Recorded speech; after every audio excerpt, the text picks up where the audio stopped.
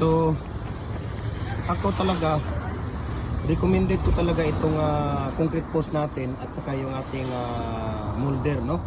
Talagang lifetime na gamit nyo na po ito, no? Lifetime na gamit nyo na po ito dahil nga ang ating molder ay 4mm po yung bakal niya na ginagamit. Ayan, no?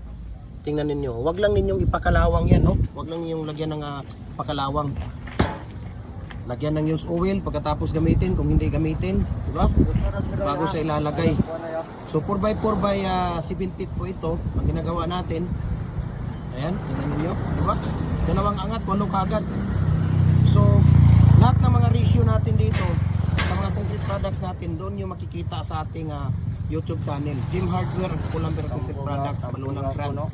Ayan, mag-subscribe po kayo doon sa ating Facebook page, Jim Hardware Kukulamber Concrete Products, Balunang Brands, Jim Hardware Kukulamber Concrete Products, Balunang Brands, Triple A and Kukulamber, ang ating personal Facebook account, Felix Tan Pagikan Jr., ating Instagram, Felix Pagikan 2000. At tingnan ninyo kung paano namin ilalagay yung mating para may idea kayo. Natin dito, dapat talaga lugaw na lugaw, ayan, no? Tingnan niyo, no? Lugaw na lugaw lang po talaga ang dapat natin dito na ratio, no? Pag nalagay natin ng mating, no? Napakabilis lang, hindi pwede na walang mating, walang bakal sa loob. Semi-special yung mga ginagawa natin dito dahil tatlo yung bakal na ginagamit natin sa loob, tapos every 1 feet mayroong bakal.